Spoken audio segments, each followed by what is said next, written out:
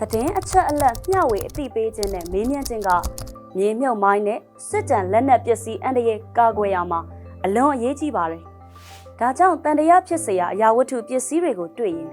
ထိတာ၊ကင်တာ၊နေရာရွှေ့တာမလုပ်ပါနဲ့။အဝေးမှာပဲနေပြီးအခြားသူတွေကိုလည်းအသိပေးပါ။အန္တရာယ်ကင်းတဲ့အကွာအဝေးရောက်ရင်အမှတ်အသားသေချာလုပ်ခဲ့ပြီးမိမိရက်ရွာတွေကရွာသူရွာသားတွေရက်ရွာလူကြီးတွေဘာသာရေးကောင်းဆောင်တွေ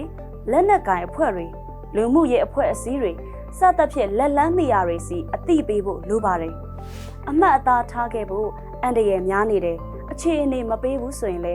နေရာကိုသေချာမှတ်ထားပြီးအချက်အလက်ကိုမျှဝေပေးပါ။ကိုနဲ့မရင်းနှီးတဲ့နေရာဒေသတစ်ခုကိုသွားမယ်ဆိုရင်ဒေသခံတွေနဲ့နေမြေခံအဖွဲ့အစည်းတွေကို